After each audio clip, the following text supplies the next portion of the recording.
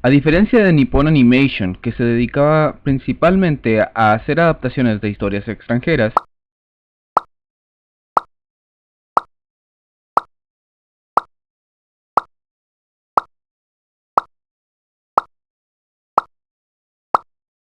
y aunque lo hicieron, era raro que escogieran adaptar mangas populares como Hunter x Hunter.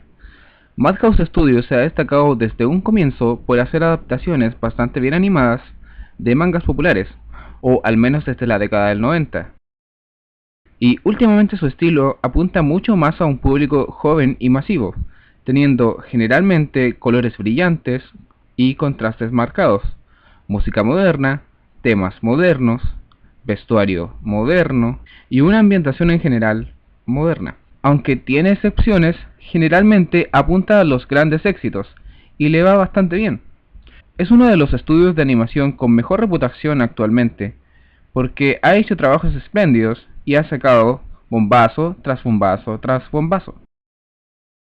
Hunter x Hunter fue transmitida casi siempre en un horario infantil, y con toda la polémica que había en esos años con respecto a la censura, al comienzo trataba lo mayor posible de saltarse las partes más gráficas y violentas del manga, y reemplazar los escenarios oscuros y tétricos por fondos coloridos e iluminados. Era como, ¿han visto esas parodias de canciones de metal llamadas versión radio Disney? Bueno, algo así. Trataban lo mayor posible de disminuir la oscuridad del manga para que así no les cancelara la serie, supongo. Además de para atraer al público infantil al que supuestamente iba dirigido.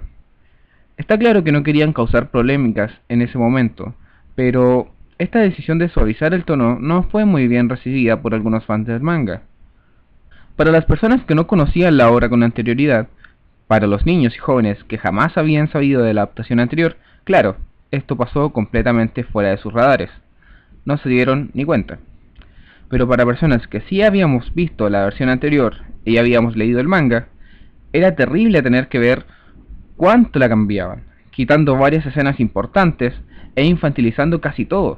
Por ejemplo, los diseños de los personajes, que pasaron a ser más caricaturescos, en contraste con los diseños de aires realistas de la versión de Nippon. Aquí hay quienes dirán, es que el manga siempre fue así, feliz y colorido, y los del anime anterior trataron de hacerlo más oscuro. Bueno, a esas personas les informo varias cosas. Primero que Yoshihiro Togashi ha reconocido en un montón de entrevistas que sus películas y mangas favoritos son los de terror. Es súper fan de Junji Ito, uno de los amos del manga de horror en Japón. Y también ha dicho que su película favorita de todos los tiempos es Alien, una película de terror. Incluso llegó a afirmar que escribía con la determinación de matar a sus personajes, y que le gustaban las historias donde había muchas muertes y nadie estaba a salvo. Desde Yu Yu Hakusho, e incluso antes, ha metido en sus historias esoterismo y violencia gráfica, porque son cosas que le gustan. Aunque por esas épocas sufría de una limitación artística que no le permitía llevar las historias a los extremos que las llevaría posteriormente en Level E y Hunter x Hunter. Y lo otro es que desde el capítulo 1 del manga hay muertes. Como expuse en el video anterior, la madre de Kon fue asesinada por Kaito, y en el segundo capítulo muchos de los tripulantes del barco mueren producto de las tormentas, y esto no para. Hay muertes en casi todas las sagas, yo diría en todas de hecho. Así que no, esto no es una historia para niños con felicidad y colores.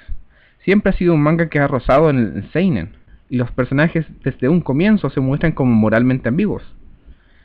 Y ese es mi problema con los comentarios de que la versión 2011 es más fiel, porque ¿qué le hace exactamente ser fiel? ¿Seguir la historia? Bueno, la versión de Nippon también lo hizo, mucho más que la mayoría de los animes, de hecho, o de ese tiempo por lo menos.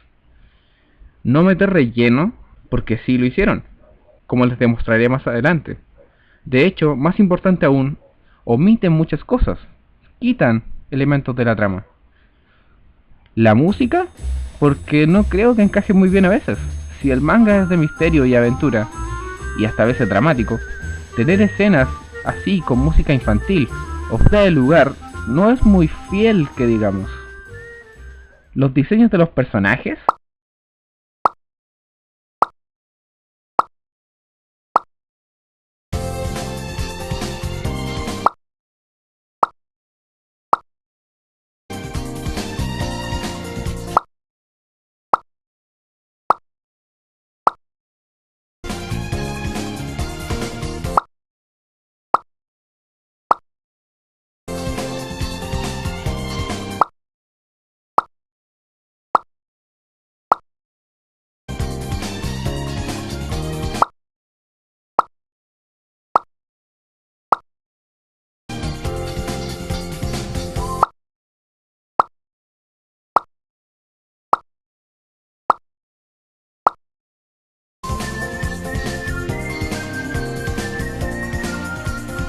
A pesar de que ninguna de las dos versiones tiene diseños iguales a los del manga, la versión antigua se acerca más en todo sentido. ¿Qué es lo que la hace tan fiel entonces? La única cuestión que pueden decir es que acá animaron la saga de las hormigas y en la versión antigua no. Pero casi todos los que dicen esto desconocen que cuando el anime anterior terminó, la saga de las hormigas ni siquiera existía. No es que no quisieran animarla, es que no pudieron. El manga ya estaba tomándose esas famosas pausas de 1 o 2 años, por lo que no podían animarla como una serie. Y para cuando alcanzaron el manga por enésima vez, no les quedó más remedio que pararlo. No estoy seguro aquí, pero creo que con los OVAs no les fue muy bien económicamente. Este dato lo corroboraré más adelante, cuando llegue a esta parte con mi análisis. Por el momento, seguiré analizando el episodio 1 de la versión de Madhouse.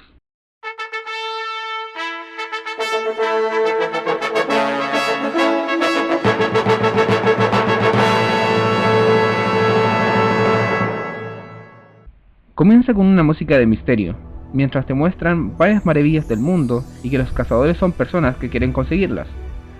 Hay una máscara referencia a Jojo no Kimio na Bouken. El manga empieza de una manera muy similar, solo que sin la máscara de Jojo y en vez de mostrar al final la silueta de varios cazadores que no saldrán hasta mucho más adelante, en el manga solo sale Kaito junto a Gon. Luego muestran el título, que es una copia del sistema de la serie anterior con las 3 frases, pero en este caso son solo 2 palabras unidas por un I, salida y amigos. Comienza con las tomas de un puerto, acompañadas de música feliz. Luego se ve a Gon pescando, rodeado de muchos animales, cosa que, por cierto, olvidaron poner en la versión anterior. Alguien le pregunta a Mito si Gon aún está tratando de capturar al rey del pantano, y ella dice que lleva una semana en eso. Le recuerdan que le prometió que si lo hacía, le daría permiso para dar el examen de cazador. Otro pescador le dice que es imposible, puesto que ni 5 hombres pudieron atraparlo, pero el otro le responde que el papá de Gon tenía su edad cuando logró atraparlo, y Mito se ve levemente preocupada. Al parecer todo el mundo sabe la historia de Gon en la isla, es sorprendente que no la haya escuchado hasta hace poco. ¿O quizás lo hizo? Hablaré de eso más tarde. Esta escena es original del anime, pero es una mezcla de varias cosas que dicen luego unos personajes, cuando Gon lleva el pez a donde Mito, salvo por eso de Jin que se lo inventaron. Pasamos otra vez a Gon pescando, el anzuelo pica y una música como de la versión infantil de Piratas del Caribe comienza a sonar. Gon grita un montón y luego de copiar la misma táctica que en el anime anterior, pero sin pensar en el papá esta vez, finalmente logra atraparlo. Gon llega con el pez al puerto y la gente se emociona. Dicen que han pasado 20 años desde que el padre de Gon hizo lo mismo. Gon se acerca a Mito y le pregunta si, ya que capturó al pez, podrá tomar el examen. Cabe destacar que no hay ningún contrato o credencial de aprobación en esta versión, como en el manga y en la versión antigua. Mito no le dice nada y sigue luciendo levemente preocupada, y Gon se va diciendo que se convertirá en cazador. Llegamos a la casa de Gon y la abuela de Mito vuelve a decir lo mismo por tercera vez, eso de que Jin atrapó el pez antes, bla bla bla, y luego dicen que ya no pueden detenerlo, y Mito sigue sin decir nada. Estoy comenzando a pensar que Mito en esta versión es muda, o exageradamente tímida, quizás para hacerla parecer más al estereotipo de madre japonesa, porque, claro, ¿para qué mostrarla como la enojona y borracha que es en el manga? Eso sería un mal ejemplo. Mientras Gon arregla sus cosas, Mito recuerda que es un personaje y trata de convencerlo, diciéndole que su papá lo abandonó para hacer eso, pero Gon le responde que debe ser genial para que lo haya hecho. Y ahora sí dice que quiere convertirse en cazador para saber por qué su papá lo abandonó. Y Mito sonríe mientras le dice que en verdad es hijo de Jin. Espera, ¿no se supone que lo odia? ¿Y qué onda esos cambios de ánimo?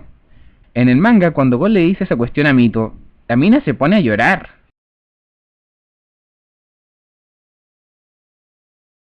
Gon promete que pasará el examen y se convertirá en cazador, luego de lo cual lo firman con una tradición japonesa muy fuera de lugar, puesto que esta historia no ocurre en Japón, y todo para mostrar lo tierno que es Gon. Mito lo mira otra vez orgullosa de él, hasta que no aguanta más y unas lágrimas caen por sus mejillas, y solo le dice, Gon. Nunca le revela que le estaba mintiendo, ni le pide disculpas, ni nada. Todo el pueblo se despide de Gon en el puerto y este les grita que se convertirá en el mejor cazador del mundo. Toda esta primera parte pasa en menos de 7 minutos. ¿Ven lo que decía al principio? Esta adaptación al comienzo era una carnicera, cortando grandes partes de la trama y personajes importantes, y todo para, no sé, llegar más rápido al examen. Unos tripulantes del barco, que no parecen tan mala gente como en el manga, le dicen a Gon que el examen es muy peligroso, mientras se muestra a Leorio leyendo una revista porno con una expresión caricaturescamente pervertida, y a Kurapika mirando melancólicamente hacia el horizonte. Gon pasa olímpicamente de ellos y observa a un tal Katsuo que se cae con un cajón de manzanas y al que le hacen bullying. El capitán del barco sale de su cuarto y lo reta a todos por estar holgazaneando. Gon ayuda a Katsuo entregándole una manzana que se había caído, y hasta aquí podríamos decir que termina la adaptación del primer capítulo del manga, porque lo que sigue es parte del segundo y por tanto lo analizaré en el segundo capítulo de esta reseña.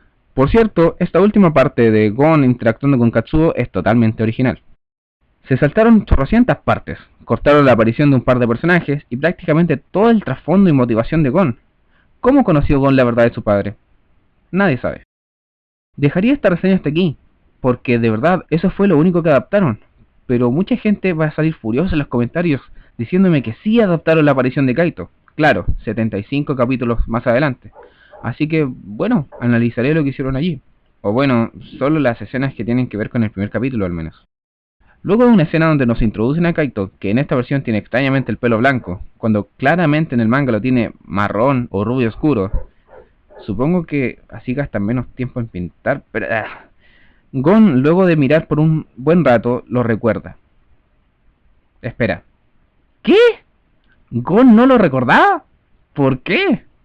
Eso no tiene mucho sentido.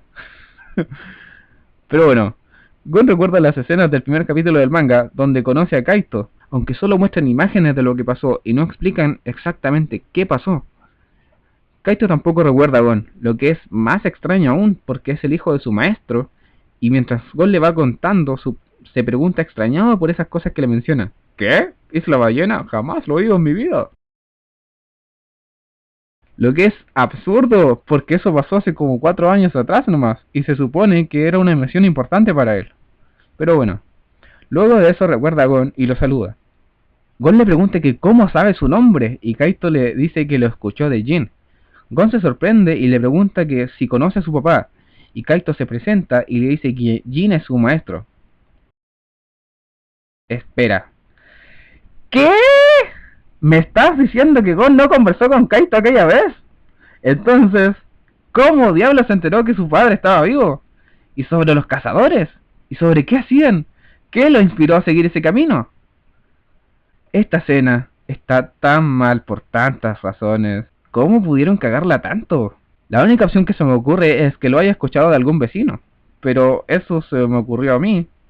Y nunca lo dicen en la serie, así que queda sin respuesta. E incluso si fuera así, seguiría siendo distinto al material original. Así que, perdón, pero ¿eso es ser fiel al manga? Porque lo cambiaron todo. En el manga, conocer a Kaito, conversar con él y conocer la verdad sobre su padre fue lo que inició todo. Fue la motivación de Gon para querer irse a buscar esa vida. Kaito fue su héroe, el que lo rescató cuando niño, la persona más cool que conoció en su infancia. Algo así como su Shanks, si se me permite la comparación con One Piece. Fue quien lo inspiró. La única cosa que sabía Gon sobre los cazadores al comienzo era lo que había escuchado de Kaito. Acá todo eso queda suelto, al aire. El comienzo de la trama, y quizás el punto más importante, queda sin explicación, y si eso no es un cagazo enorme, entonces perdón, no sé qué es. Kaito le cuenta a Gon y a Killua que si no fuera por Jin probablemente hubiera terminado muerto en algún callejón. Esta frase también la dice en el manga, cuando conversa con Gon por primera vez, pero nunca se muestra en el manga cómo es que Kaito conoce a Jin. Acá hicieron una historia completamente original, donde muestran eso, pero no lo comentaré por el momento. Dejaré este capítulo hasta acá. Nos vemos en el siguiente.